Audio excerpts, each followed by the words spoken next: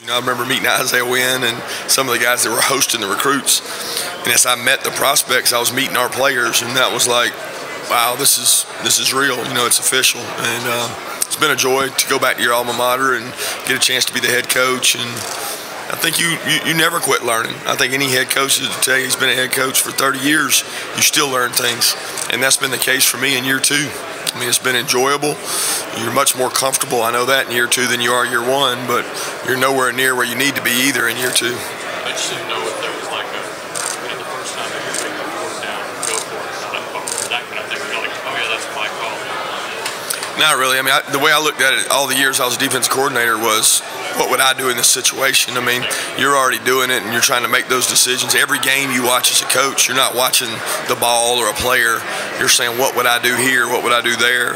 Trying to avoid critical mistakes. So you try to prepare yourself for that all your life. Coach, what are your thoughts on Baker Mayfield, the flu stuff that's going on, and how that might impact your preparation for one of these games? I don't see that impacting our preparation at all. I mean, we got guys sick too. It's just not as big a deal because they didn't win the Heisman. So it's not. It is what it is. We're preparing for Oklahoma with Baker Mayfield. To be honest with you, I didn't even really know what's going on other than the last 2 days. Everybody's made a big deal about it. So it hadn't been a big deal for us. With the preparation, the game 2 days away, you think the preparation's been all you wanted to? Everybody's brought in well and everything? Yeah, I think anytime you're preparing for a game that's 3 and 4 weeks out, you got to be really smart how you manage your time. If you start on a team too early, they get tired of it. You start on them too late, you're not prepared for it. They're going to do things they haven't done. We're going to do things we haven't done. It's who adjusts in the game because you can only do so much in one game. So in my history, I found you can over-prepare for these type things and you get further away from fundamentals. And that's what you got to do. You got to block, tackle, you know, possess the ball, get turnovers. So all the other stuff, all the other preparation's overrated if you get into X's and O's too much.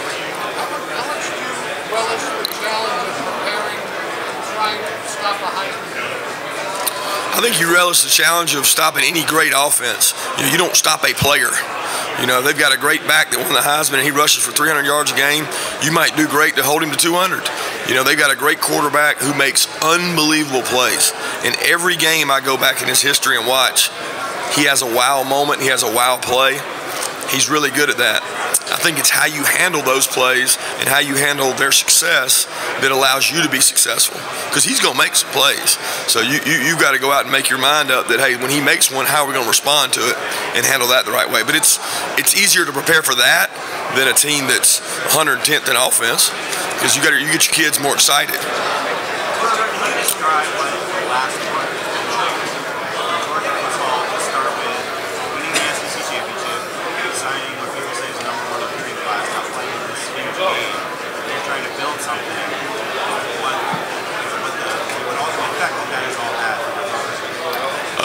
It's been a really tough management. I mean, when you think about sometimes handling success is much tougher as a coach than handling failure.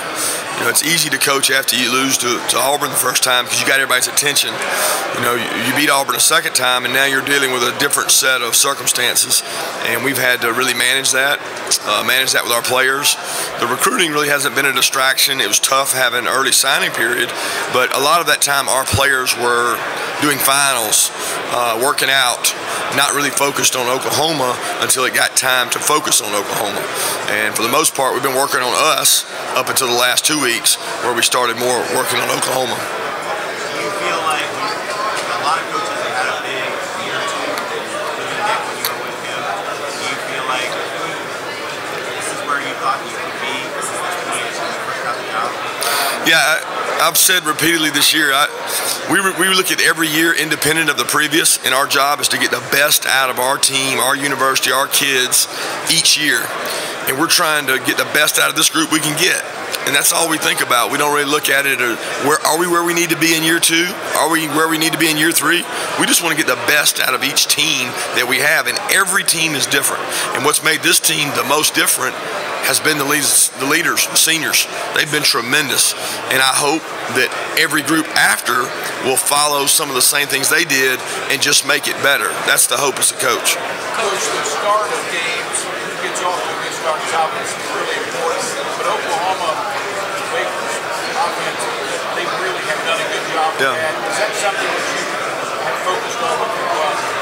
We haven't been focused specifically on that. We talk about openers. We talk about opening drives. What are teams' tendencies? What are our tendencies? How do we break those tendencies? But at the end of the day, it's not going to be the first drive or the first quarter that dictates this game. It never is. It may be how you respond to the first drive or how you respond to the first quarter, but the response is much more important in adjustments than what they actually do, because they're really talented. They got a great offense. They'll have a good plan. Lincoln does a great job. We're going to have to react and respond to whatever they do. Yeah, I think the kids have been excited. They're getting to the point now where I think they're ready to play, and you can do a little bit too much at times and make it overkill. I think our guys have practiced well. They've been excited to be here, gotten used to the time adjustment. It's time to go play now. What are some of the things other teams have tried to do to run it the quarterback? You know, everybody tries something different. The big thing he's got to rely on is an ability of our offense to run the ball. And as long as you have some run game, it makes things a little bit easier on him. But, you know, people pressure him, people drop 8, they try to disguise coverages, but he's a bright kid. He watches a lot of tape. You can't reinvent a defense. There's only so many you can do. So he's seen most of them. It's not the defenses that get him, it's the players within the defense. And if they can be successful rushing the passer, covering our people, that makes it complicated for Jake. Coach, Oklahoma's had problems in stopping, say, SEC run-oriented teams. And on the flip side of it, you're playing an offense that you don't see routinely in the league. Maybe Missouri something out. Do you feel that at the time between the games has given you an opportunity to get caught up to speed with that? No, I don't think you can ever get caught up to speed with an offense like Oklahoma's. We could have a year to prepare. We could have 2 years to prepare. We could have 1 day to prepare. They've got good football players. They've got the Heisman Trophy leading their offense. What you do is go out and prepare the best you can. You give your team a chance to be successful. You have the ability to change things up, and you respond to what they do. And that's all I've ever been coached to do. That's all we're going to do, and we'll do the best job we can against what I think is obviously the most explosive and most potent offense in the country. We've seen some pretty incredible road trips so far, red and black at Notre Dame, and then just even all the way out here to the West Coast. What's it been like to see just this little support of the fan base, and what are you anticipating? It gives me tremendous pride to be an alumnus of the University of Georgia, and when you get to see that, when you come out Notre Dame Stadium and you see that red and black, and you see the streets here lined with it, you see the hotels lined with the fans, I think it just shows kind of how passionate and how hungry our fan base is, you know, for success. And they love the Dogs, and they've been really good to us this year, and they've really helped us in some tough environments, which we'll need them on Monday as well. A couple of defensive guys have described their unit as like a brotherhood, especially more close to a lot of them we've seen here lately. I mean, what have you seen out of these guys responding to some of the things that they've gotten off the field, and just how they've grown together in support of guys like Major? Yeah, we got a defensive unit that's very senior laden. They've played here for a long time. I mean, I can remember back 3 years ago when I was at Alabama and we played them. A lot of those same kids were backups or starters on that team.